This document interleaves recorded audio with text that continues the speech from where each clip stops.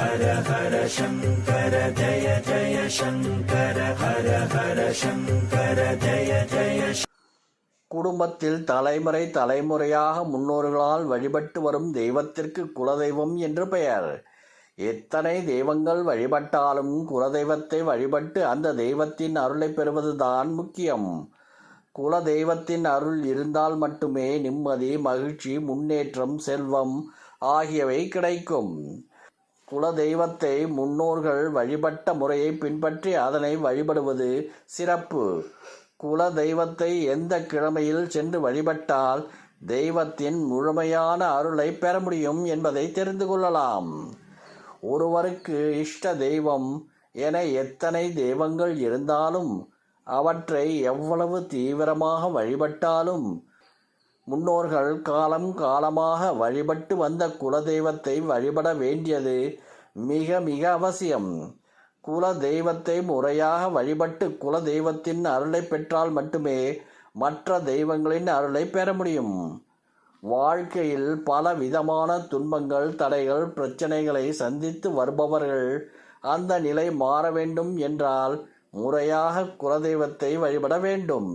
குலதெய்வம் தெரிந்தவர்கள் அதை வழிபடலாம். ஆனால் சிலருக்கு குலதெய்வம் எது என்றே தெரியாமல் இருக்கும். அப்படிப்பட்டவர்கள் குலதெய்வத்தை தெரிந்து கொள்ள நினைத்தால் தினமும் பூஜை அறையில் நெய் விளக்கேற்றி வைத்து மனதார வழிபடலாம். குலதெய்வம் எது என தெரிய வேண்டும் என வேண்டிக்கொண்டு 48 நாட்கள் நெய் விளக்கு ஏற்றி வைத்து வழிபட்டால் யாராவது உறவினர்கள் மூலமாகவோ அல்லது கனவிலோ குலதெய்வம் யார் என்று தெரிய வரும். அப்படியும் தெரியவில்லை என்பவர்கள் நாடி ஜோதிடத்தில் குலதெய்வ காண்டத்தை பார்த்து தங்களின் குலதெய்வம் எது என்பதை தெரிந்து கொள்ளலாம். குலதெய்வம் கோவிலுக்கு மாதத்திற்கு ஒரு முறையோ அல்லது வருடத்திற்கு ஒரு முறையோ சென்று கண்டிப்பாக வழிபட்டு விட்டு வர வேண்டும். குலதெய்வம் கோவில் வெகு தொலைவில் உள்ளது, அடிக்கடி செல்ல முடியாது என்பவர்கள் வீட்டில் குலதெய்வத்தின் படத்தை வைத்து மிக எளிமையாக அதற்கு பூ போட்டு தினமும் வழிபட்டு வரலாம்.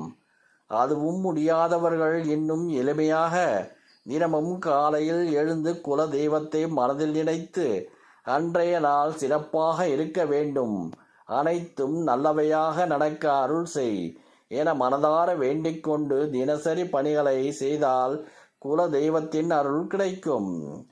குல தெய்வத்தை வழிபடுவதற்கு குல தெய்வம் கோவிலுக்கு செல்வதற்கும் அனைத்து நாட்களும் விசேஷமானவை.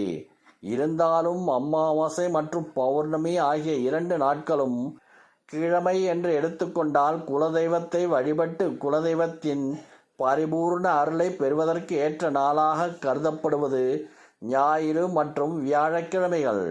ஒருவேளை உங்களின் குலதெய்வம் சிவபெருமானாகவோ அல்லது சிவனுடன் தொடர்புடைய முனீஸ்வரர் போன்ற தெய்வங்களாக இருந்தால் திங்கட்கிழமையில் சென்று வழிபடலாம்.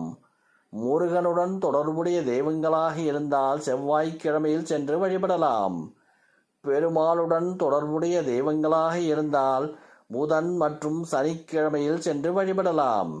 அம்பாள் அல்லது பெண் தெய்வமாக இருந்தால் வெள்ளிக்கிழமையில் சென்று வழிபடலாம்.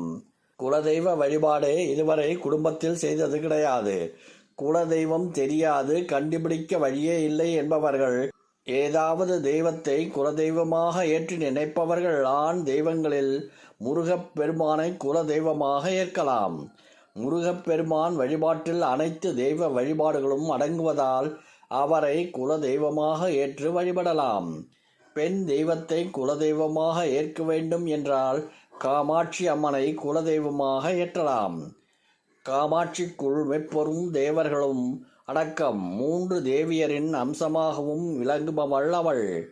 ஒருவேளை வைணவ தெய்வத்தை குலதெய்வமாக ஏற்க விரும்பினால் திருப்பதி ஏழுமலையானை குலதெய்வமாக நினைத்து வணங்கலாம். ஹர ஹர சங்கர ஜய ஜய சங்கர ஹர ஹர சங்கர ஜய ஜய